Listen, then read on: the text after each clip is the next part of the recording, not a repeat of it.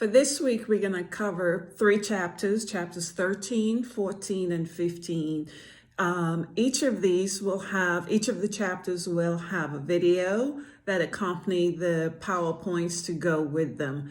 I'm just going to provide you a synopsis or summary of chapter 13, counseling individuals and groups in schools, because I want to share with you an example of how you would write up having done an individual counseling and also having done small group counseling for accountability purposes. That is where you're using a pre and post test because remember the whole purpose of having a CDSCP, Comprehensive Developmental School Counseling Program, is so that you can show your value added worth to the reason why you're in the school, reason why you should be employed, the reason why the school needs you as a school counselor, is so that you can show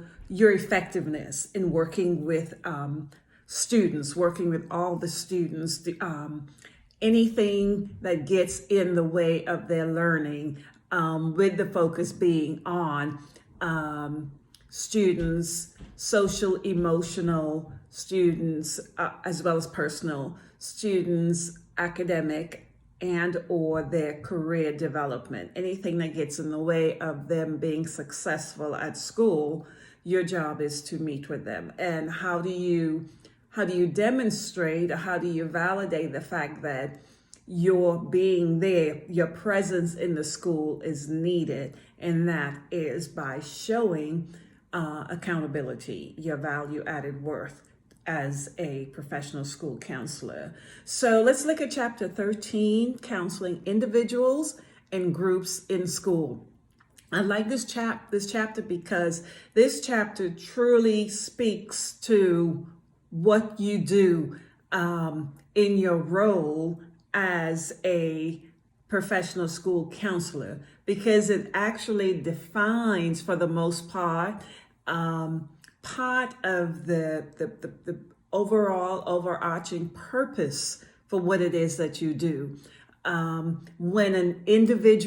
one student comes into your class, into your office to see you, what it is that you actually do that brings about change, or why would a student come into your office? When a group of students come into your office, what is it that you actually do that brings about change, that explains as to why they're in your office? So let me first begin by providing you with what the definition of counseling is, that ASCA says, as a school counselor, you need to be aware of. This is what you do when you say that you are counseling a student, when you say that you're meeting with a student to provide counseling.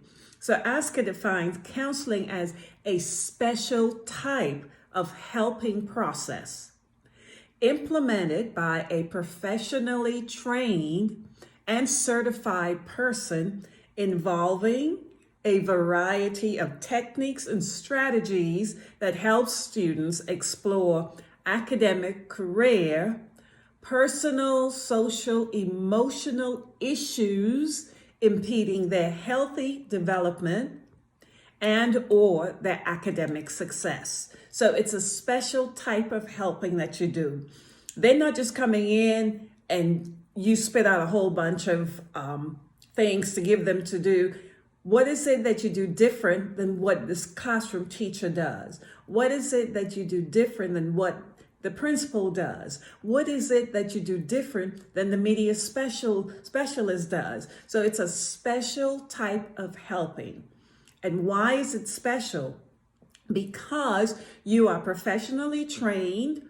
You're also certified in a number of techniques, and that's that special type of helping. Why is it called special type of helping? Because you're using a variety of different techniques, different strategies for the purpose of helping students who seem to be stuck or things seem to be getting in the way of them developing in a healthy manner, or for them succeeding, being successful academically. Things that have gotten in the way, or things that students feel have gotten in the way, things that teachers feel are getting in the way, things that parents feel are getting in the way, or think that are getting in the way.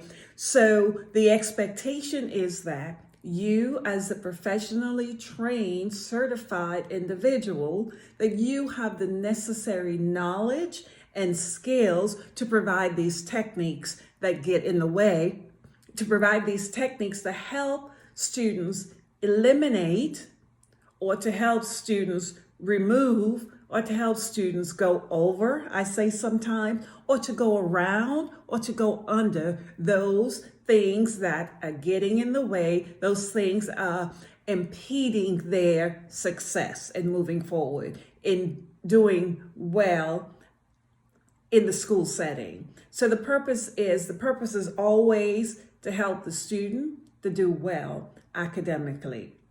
So ASCA guidelines suggests that the time that school counselors spend dealing with counseling, which comes under the responsive services, which for the most part are direct services. If we place it within the ASCA national framework, the diamonds that I showed you, the form, it comes under the deliver section. And under the deliver section of the ASCA national model, there's direct services and indirect services. Counseling comes under the individual counseling. The small group counseling comes under the direct services. Last week, we talked about classroom guidance, or the core curriculum. Those came under the direct services. So these are the other two. There are three that comes under the direct services, which used to be called classroom guidance, but now core curriculum, individual counseling, and small group counseling. Those are considered direct services. And under the direct services, the counseling, the individual, and the small group, those are further defined as coming under responsive services, meaning that the school counselor is responding to something that's going on. Unlike the core curriculum, classroom guidance, or large group counseling guidance, those are done because in terms of preventative and developmental. These are expectations that the school counselor know that students are going to face, and so they plan those ahead of time. And that's why those come under the preventative or the prevention types of and intervention types of services, not as responsive as the individual and the small group, where the school counselor is responding to an issue that the student or students bring into his or her office. ASCA says that at the elementary level, school counselors need to devote 20 to 30% of their time in responsive services. So 20 to 30% of the elementary school counselor's time should be devoted to individual counseling, small group counseling. At the middle school level, 30 to 40% of the time. And then at the high school level, 25 to 35% of the time. That's what ASCA says. The Georgia Department of Education says in the state of Georgia, school counselors at all levels should devote 25% of their time to responsive services. So ASCA gives it a little bit higher the older the student gets. So as they move from one developmental school level to the next, the percentage of time that the school counselor should take or is expected to spend in the responsive services increases. Department of Education here in the state of Georgia says 25% across the board, flat. All right, so what is direct services? Direct services then, according to the ASCA national model, says It provides direct services, and school counselor in providing direct services provides special help to students who are facing problems that interfere with their social, emotional, personal, their career, and or their academic educational development. Sounds pretty much to like the definition of counseling provided in the school setting. So these direct services include the individual and the group, like I said. Also, think about it includes the crisis counseling, which you're going to cover next week when we talk about the crisis intervention. Any types of referral that needs to be made. Student come in after you've seen the student in individual counseling or in small group, and you realize the school is not the place to be helping the student deal with this particular issue. So I'm going to make a recommendation to the parents that they take the child to be seen by the pediatrician, who may then make a recommendation for the child to be seen by a specialist. So the school counselor makes a referral that comes under direct services as well. Any consultation, collaboration sometimes, and definitely any type of peer facilitation that is student to student, where students are provided the help that they need from the counselor in working with other students.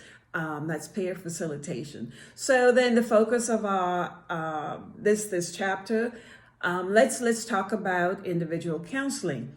What is individual counseling? Individual counseling, it involves a relationship that the counselor builds with the student. But what sets this relationship apart is that it is a confidential relationship. And that's the key. And that's why it's counseling. It's a confidential relationship between the student and the school counselor, meaning that the student coming in expect that what he or she says in that room, in that office, is going to stay right there with the counselor. The counselor is not going to get on the phone and say, oh, I need to call your mother right now. I need to call your father right now. Oh, I'm going to tell the principal. I'm going to tell your teacher. No, the difference is that it's confidential. What says in the room stays in the room. And we'll talk about some exceptions because that we addressed in chapter 7 when we dealt with ethics and the law. We had some exceptions to confidentiality, but the whole crux of individual counseling is that it is a relationship that's defined by its confidentiality between the student and the school counselor. Now, this counseling session may last, may just be one 30-minute session, or there may be a 20-minute or 15-minute session, depending. Or it could be several sessions. The school counselor can say, okay, I think you need to talk a little bit more about this, so why don't we plan to meet with each other for the next 2 or 3 weeks? You come in once a week, or I will come and get you when I need to see you. But I'm going to come next week to see you. So it may last one time, or it may be a number of times. But remember that the definer for this is that it's a confidential relationship. What sets this relationship apart from other forms of interaction between a student and a teacher, or a student, any school personnel, or even the student and the counselor? But what sets this particular relationship apart is that it involves a close emotional contact, between the student and the school counselor. That is, the student comes in to see the school counselor to talk about something that's going on with the student that has some type of emotional impact upon the student. So it's a close emotional contact where the student has to reveal parts of him or herself that he or she won't necessarily have to reveal in a classroom setting, or to the school principal, or to the AP. But the school counselor, the student know that I can share this on a personal level, what's really going on with me. I can share what's really happening inside. For me, emotionally, I can share my emotions, meaning I can show my anger, I can show my tears, I can show my sadness, I can show my surprise, I can show my happiness, because I know that this is a confidential relationship, that the school counselor is going to keep this in confidence, that this is not something that's going to be shared in a faculty meeting or in a student conference with the parent. The focus on this relationship is on the student's problem or the student's concern. And the goal of this relationship is to help the student make positive changes. So individual counseling is a confidential relationship. That's it's confident. The relationship is there, but it's based on confidentiality. It's a relationship that involves an emotional contact, for the most part, on the part of the student. And if the school counselor responds to it by showing his or her emotion, sometimes it's okay. Sometimes the school counselor has to check to see, is this appropriate at this particular time? So, confidential relationship, an emotional contact where the focus is on the student's problems or the student's concern. And notice I'm saying student. It's something that's usually presented to the school counselor from the student's perspective or from whoever is referring that student. It could be a teacher, it could be a parent, it could be an administrator, but the focus is definitely on the issue of the student. So the student's concerns or student issues, student problems. And the goal is always, always, always for the student to make a positive change. That's always the goal. The goal doesn't change. Student makes a positive change. All right. So then what happens when a student comes in to see you? How do you know that you're counseling? How do you know that you are helping a student? Because counseling is synonymous with the word helping. How do you know that what you're doing when that student sits down in front of you, that you have the necessary tools, that the necessary know-how to help the student?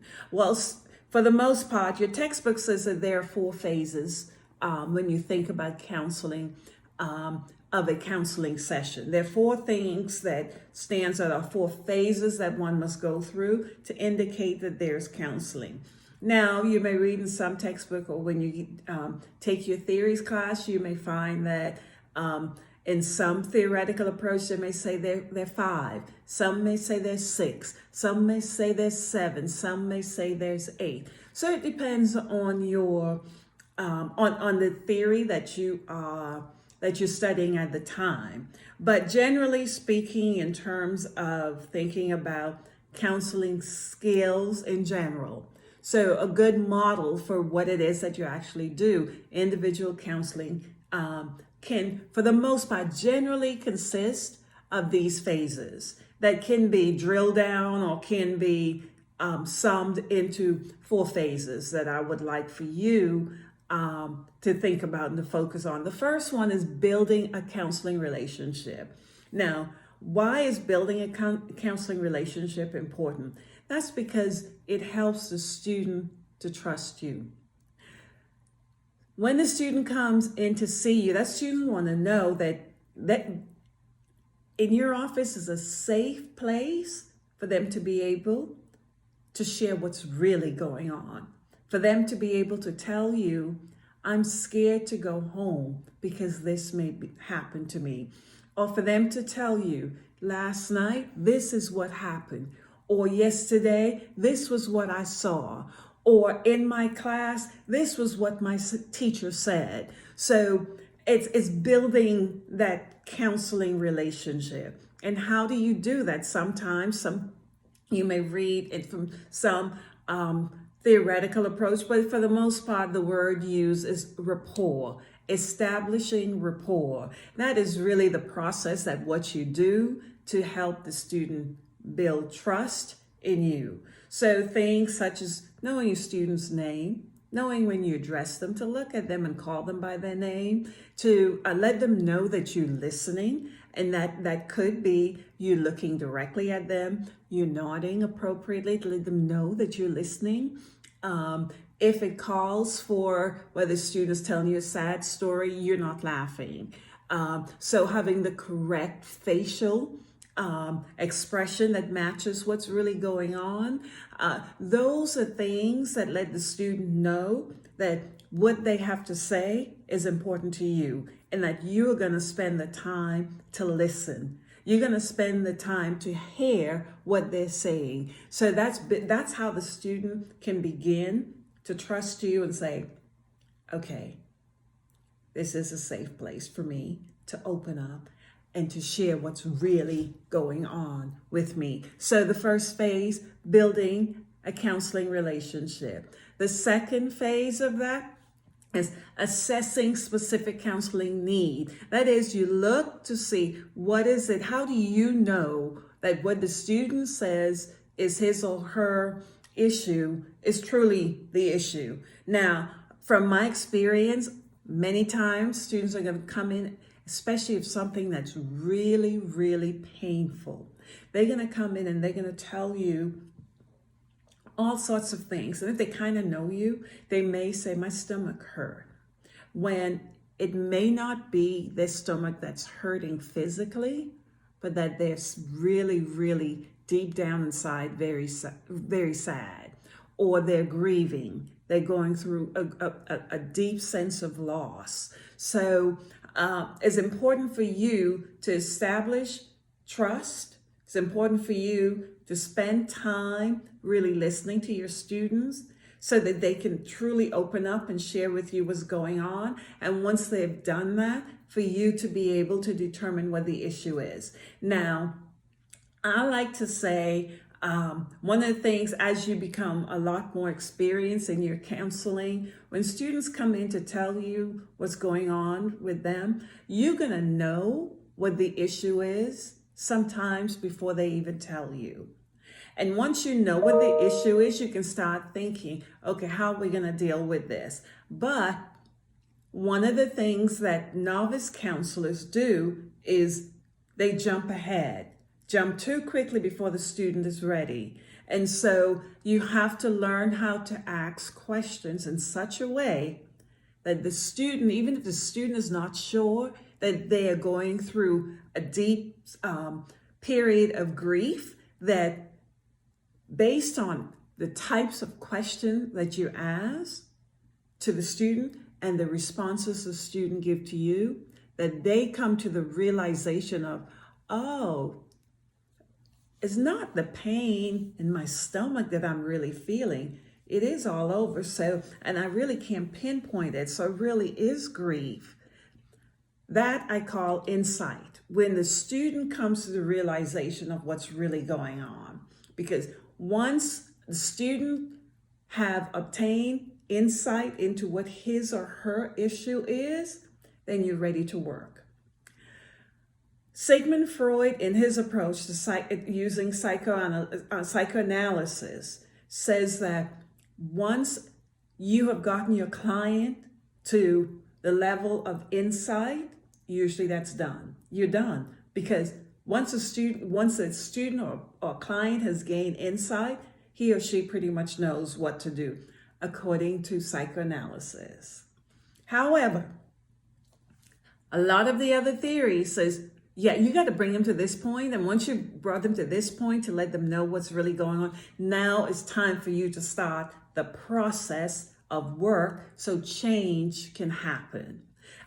So that brings us to our third point. So second, assessing those specific counseling needs. Once you've assessed those, at the end of that, you're going to come up with goals. Because if you're going to assess those needs, then you're going to say, okay, so if this is what my problem is, then here's what I want to do. And once you start determining between you and the student, determine what those goals are so that the student can change, so the student's not hurting anymore, so the student's not feeling the pain or the grief that he or she came in with.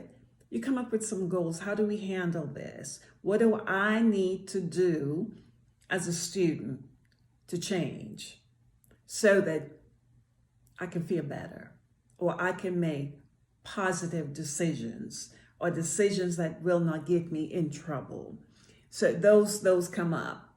Brings us to the third point: designing and implementing your intervention. So you cannot plan, you cannot come up with any interventions or any strategies for what you're going to do, any techniques that you're going to use, until your student know exactly what the issue is, until the student know why he or she's there, and the student have bought into it. Now the teacher can say, you need to go because this is what's wrong with you, or mom can call you and say, I need to see my child because this is what's wrong with him, or this is what's wrong with her. But until the student realizes that, then you'll be the one doing all the work, making all the changes. But the student is the one who has to make the changes. The student is the one who has to do all the work. I always like to say in counseling, if you as the counselor is doing all the work, then you're not really counseling. You are not counseling. You are just giving them instruction. You're saying, here, these are what you need to do. Students may say, okay, I'll do it. But for how long? You want change to truly take place? Then the student needs to come up with what needs to happen, and then you hold that student accountable. When we get to reality therapy, we'll talk a little bit about that. So designing and implementing your intervention, this is where your techniques come into play. This is where you may use as a technique homework. You may say, okay, we worked on this week. Here's what I want you to try for in terms of homework. I want you to try talking to 2 new people. I want you to go up and introduce yourself because you said you're shy, but you want to work on this shyness. You don't want to be shy. So for homework, I want you 2 people, and then next time you come to see me, we're going to talk about how it went, what you did, and then how you felt before you went, while you were going through it, and afterwards. That's homework, but it's an intervention. That's a part of number 3, implementing interventions that you will use. Once you have done all that you said you're going to do, the end result is always the goal for positive change. And that brings us to 4, which is conducting an evaluation and then terminating. You must know when your counseling session needs to end. Sometimes the students may not, because they've had such a great time coming to you. Every time they come to you, they leave feeling really great.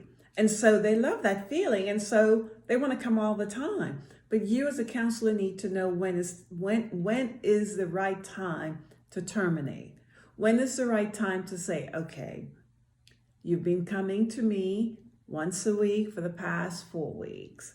I think you're okay. We've tried this and you did it. We've tried this and you did it. And you're reporting to me that everything's working fine. Everything's looks good. You're feeling a whole lot better. Your teacher is telling me that they see a change in your work. They see a change in you. Your parents are telling me that they see a change in you. And so that means we're coming to an end. So this is going to be our last session, but from here on out, I will just check in with you. That's called follow up. So that can be 5 if you really wanted to have 5 sessions. A follow up, which is a check in to see how you're doing. But a part of number 4 includes the evaluation. This is where the accountability piece comes into play, where you have to then determine, did what I do work? And if it worked, to what extent did it work? That's you looking at the accountability piece.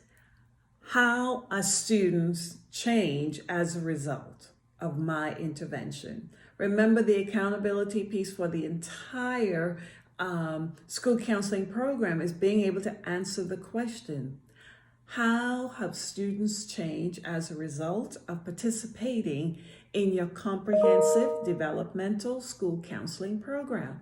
How have students changed as a result of that? So you need to be able to say, I should be able to see, I should be able to say, how my students have changed as a result of participating in my program. If you can't say that, then number 4 has not taken place, or number 4 is not completed. You've got to go and do an evaluation in terms of that. All right. So those are the 4 phases that you're expected to go through: establishing rapport or building that counseling relationship, assessing the counseling needs. What are the specific needs? Coming up with the goals. And then 3, once you've been able to know what the needs are and you've identified goals, then now you start to define and implement.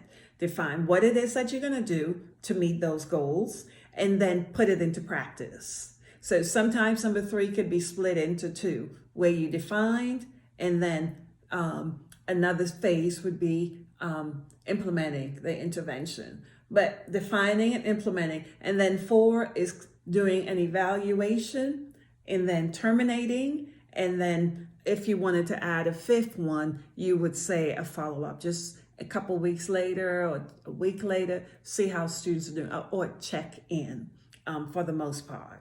All right. Now, there are a few counseling theories, and I don't want to go too much in detail because you've not taken because you will cover these extensively in your counseling theories course.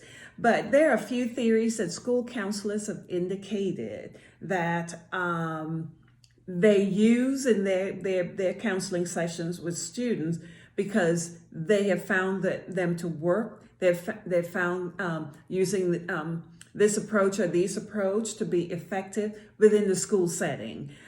So in the school setting, we know first and foremost that the school counselor does not have an hour like someone in a clinical mental health setting, whether they're in a private practice, at a counseling center, in a hospital setting.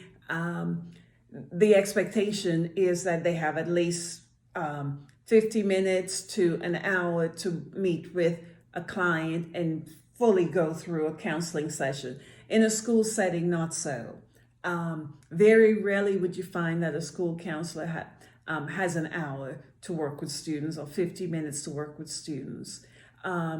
Maybe 30 minutes, 20 minutes, 25 minutes, sometimes even 15 minutes. They have to be able to do it really quick and get them back into class. Because remember, the purpose for students being at the school is academic. And so you're there to help them, anything that gets in the way, so that they can go back and do well academically. So everything you do must be in line with the purpose for where you work. And where you work is in a school setting where its mission is for student success, academic success. So some of the counseling theories that have been found to be effective with school counselors, Adlerian theory, because of its focus and so being so positive, the solution focus brief counseling, and we'll talk a little bit about that because it's covered in your textbook, and then reality therapy. And we'll spend a lot more time talking about these 2, solution focus and reality therapy, because those are fully addressed in your brief therapy course that you take in this your program of study. So what is solution focused brief counseling, or SFBC? What is that? It encourages students to assess their problems or the concerns that they have in very concrete terms. I would like to say students are concrete for the most part, but I would like to stretch that even further and say most people are concrete. They want to be able to explain and have you explain to them things in terms that they can see, they can hear, they can smell, they can touch, they can taste. 5 senses, concrete. So as opposed to abstract, meaning ideas and thoughts, students are not like that. For the most part, they need to be able to see it, be able to touch it, be able to visualize it. So assessing or looking at the student's problems in concrete terms, examining anything that they had done before. What were the solution? How were they able to accomplish those? So examining previously attempted solution, establishing a specific short-term goal. And that's why it's so attractive to school counselors, because the goals is short-term. So, and it's specific, because remember, concrete is gonna really lend itself to it being specific. So establishing a specific short-term goal, and then the focus is also on implementing the intervention. You've got to implement it, because that's the only way you're going to know that your students are changing. Solution focus emphasizes strength, it emphasizes resources, emphasizes success, emphasizes hope. It is a model that can be used with students from a diverse background. So students from any background, talk about strengths, talk about the resources that are available, successes they've had in the past, and then give them a sense of hope. So it can be used with any type of student, or students come from any background. The second approach that's been found to work really well with students is reality therapy. Like I said, reality therapy is based on choice theory, and we'll get a little bit more into that, like I said, later on. Why reality therapy? Because it provides school counselors with a systematic way to address student needs and their wants in both their personal and their educational lives. It's very systematic. And one thing you will know about me is I am a strong proponent of reality therapy. That is the approach of my choice. And I've seen it work. I've used it and seen it work in both the K-12 setting as well as the college student setting. And I would even venture to say that I have used it in the past with adult learners as well. Reality therapy works. It's systematic in its approach, provides the school counselor with a systematic way to address their needs and their wants. Reality talks about their wants as well as their needs in both their personal lives as well as their academic lives or their educational lives. It involves helping the student make better choices to meet their needs. More than anything else, reality therapy really and truly focus on student taking responsibility for their actions, as opposed to saying, well, she did it to me. If she hadn't done that, then this wouldn't happen. No, you own it. Take responsibility for your action. Reality therapy is its focus is looking at 5 basic needs. 5 basic needs. Reality therapy was coined or created by William Glasser, and then Robert Wobbulding came up with the actual technique for how do you engage, how do you put reality therapy in practice, called the WDEP. But Glasser said that for all human beings, all individuals, we have 5 innate basic needs, he called them, 5 basic needs. And those basic needs are belonging, that is the need to give and to receive love. Power, that is the need to feel in control of one's life, of oneself. Just that you have a sense of control over what you do, where you go. All right. Third basic need is fun. There's a basic need to experience fun. That is the need to experience pleasure, the need to enjoy life. Think about it, makes sense. We all want to be happy. We all want to experience pleasure in our lives. Fourth need, basic need, freedom. That is the need to be without limitations, or the need to make one's own choices.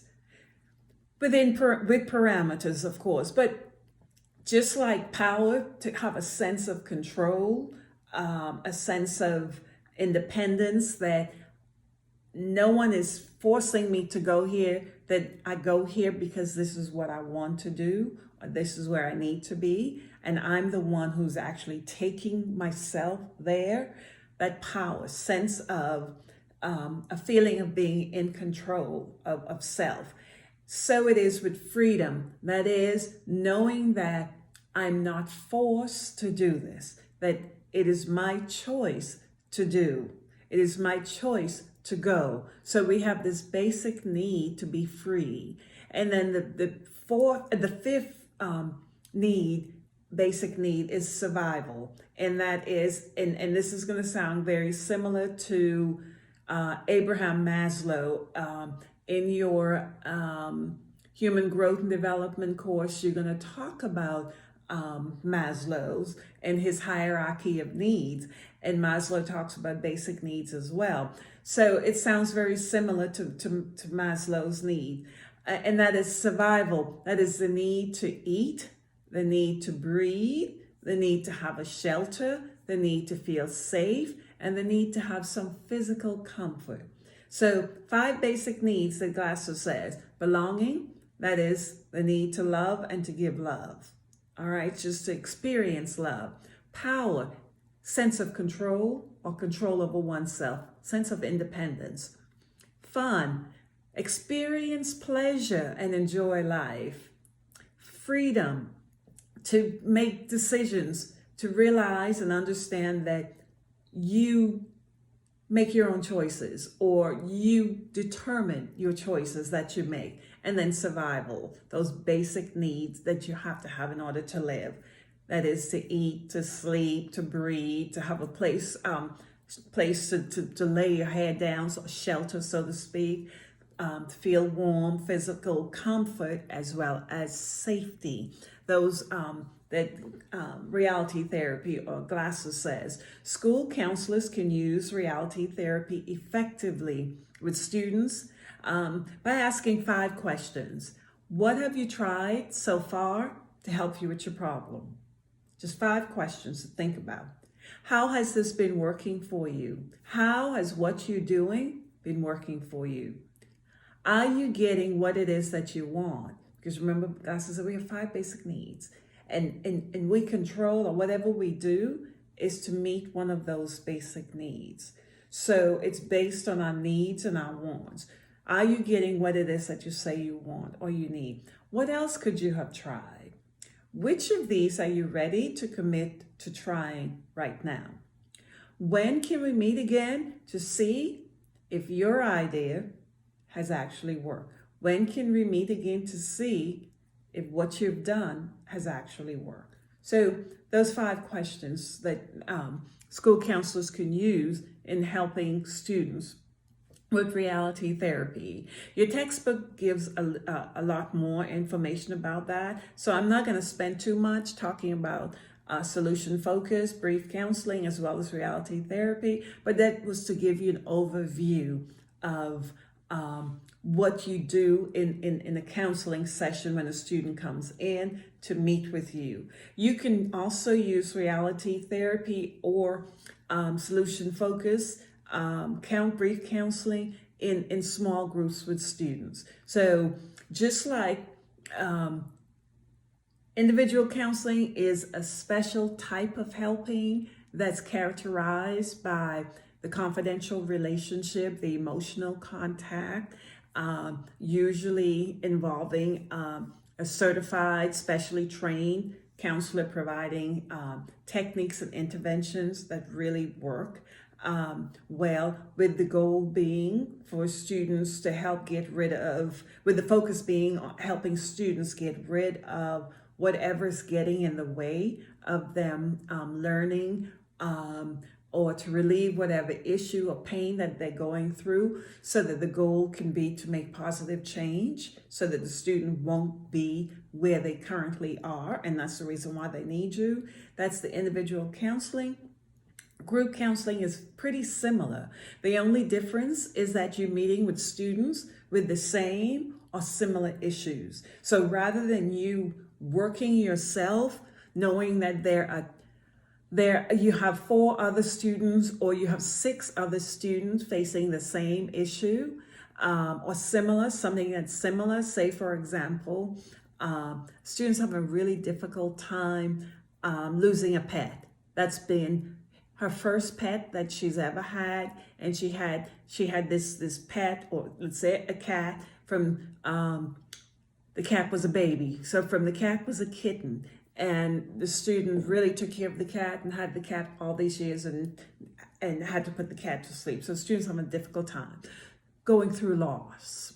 You have another one who you found out grandmother passed away, going through a difficult time. Another one who is aware of a neighbor that they're very close with who's sick, is terminally ill, so dealing with that. You have another one whose parents are going through a divorce, and a child is having a difficult time with that. Those are all issues related to loss, all issues related to grief. So when there's loss, the emotion that accompanies loss is grief.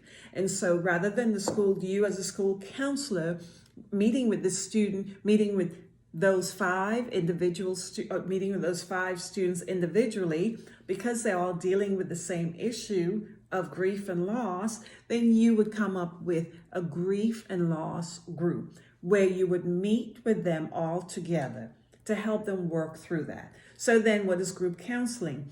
Group settings are ideal. These are ideal places to conduct both preventative guidance work as well as remedial counseling. So for the most, as well as individual types of counseling, but for the most part, you deal with preventative guidance work. So let's say we were dealing with the kids who were experiencing grief and loss. That would be a remedial type of counseling, because we're trying to help them get back to the place that they were before they experienced the loss. All right, that's a response, responding to an issue that happened. So see why it comes under the responsive services. Groups allow students to develop insights, and I talk a little bit about insights already, into themselves, to look at themselves.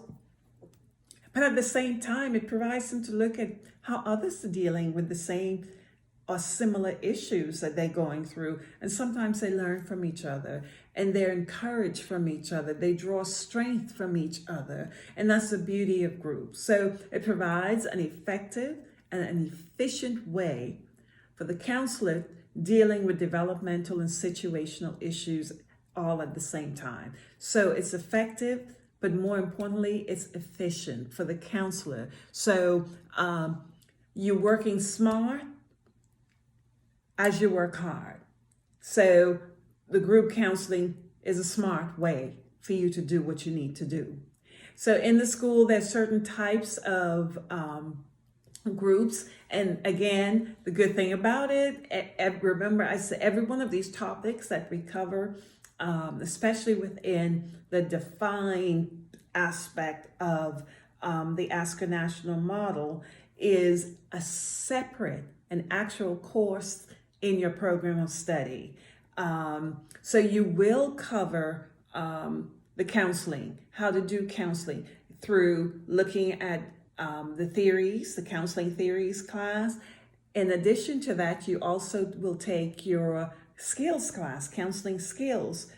So those will help you with the individual. Even the skills will help with the group. You will take a group counseling course where you will learn about group counseling, how to establish, how do you set up, how do you conduct, how do you facilitate a group in group counseling. So there are different types of groups, important for you to know, and the types that are done in the school that you, in your role as a school counselor, may be able to do. First is a crisis-centered group, and it's exactly what its name says. It occurs or it developed because of a crisis that has occurred. Something that has happened, something unexpected that sort of knocks the students off its rocker, sometimes even teachers, sometimes parents.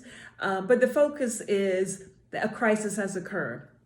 And so developing this group, the focus of it is the crisis that have actually occurred. So it's a crisis-centered group. So it's formed due to some type of emergency situation. Usually it meets until that situation is dissolved, or until students have learned to come to grips with it and learn to deal with it. So for example, would be a death of another student or death of a teacher, unexpectedly, or even sometimes expectedly. So that's a crisis-centered group to dealing with an emergency, an issue that has occurred. Then the problem-centered group. Now, what's different from the crisis and the problem? The crisis is it's an emergency situation, something that totally knocks the students off, and has to be dealt with right away. The problem-centered says, yeah, I'm aware there's a problem and I'm working on it. And when we meet, we're going to work to resolve this problem because there is an issue and we've got to take care of it. But it doesn't take preeminence like the crisis that requires immediate attention, immediate focus. So the problem-centered group is set up to focus on a particular concern, a particular problem that's interfering with the educational progress of students. Examples of that could be coping with stress. So around testing time, student may get highly anxious. So school counselor may notice that some more so than others, and may decide that those who are really highly anxious to form a problem-centered small group where the focus is on, could be test anxiety, could be test-taking skills, strategies, or could just be on relaxation, learning how to relax. But it's to relieve the stress, relieve the issue that's interfering with educational progress. Because if students are highly stressed, highly anxious, when it's time to take the Georgia milestone, then they're not going to do very well, and so the results would not be an indication of truly what they're capable of doing or their potential. So yes, so that would be a problem-centered group. Substance abuse would also be a problem-centered group. Addiction could be a problem-centered group. And then third type of group is growth-centered group. So you have the crisis-centered, you have the problem-centered, and the third type in the school is the growth-centered groups. In the growth-centered groups, the focus is on personal and social development because it's growth, just as its name implies. And the purpose is to enable students to explore their feelings, their concerns, their values, their behaviors. Could be about a subject. It could be about anything. It could be social, their competency, their friendship, if they're having a difficult time. And some of the examples of a growth-centered group could be making college and career choices. What do they need to do? Is college the right fit for them? Is going into career the right fit? Study skills, self-care. So it can be a number of different growth related issues that students can do. Now there are other types of groups that are there, but those are the three types that are used predominantly within the school. So to wrap it up, it's important for you to know that as a school counselor, you are going to see students that you're going to need to see individually. There are just going to be some students that you just have to meet with individually. And then you're going to also need to see some students that will work better in a group. Now, there's some students that you learn that they're just not a good fit for a group. There are just some students that you will also learn you won't put in a group with another student because they don't get along and they take away from the group. And if you're going to spend all your attention trying to get them to get along, then they don't need to be in that group, or one of them need to go in another group. where they would be able to get along with the student. It's important for you to be able to assess those. But this just provides an overview of the individual counseling and the small groups in the schools. So your chapter has a whole lot more. Your chapter 13 includes a whole lot more that I expect that you will read. And also the lecture notes includes a lot more as well. I'm going to switch gears here for a second and have you kind of look at I would say look at an example of how do you do an individual counseling session, how do you do a small group, and then once you've done it, to write it up and show that the techniques that you use, the intervention that you use, that it was effective for accountability purposes. So we're going to switch gears here for a minute and kind of focus on those. All right.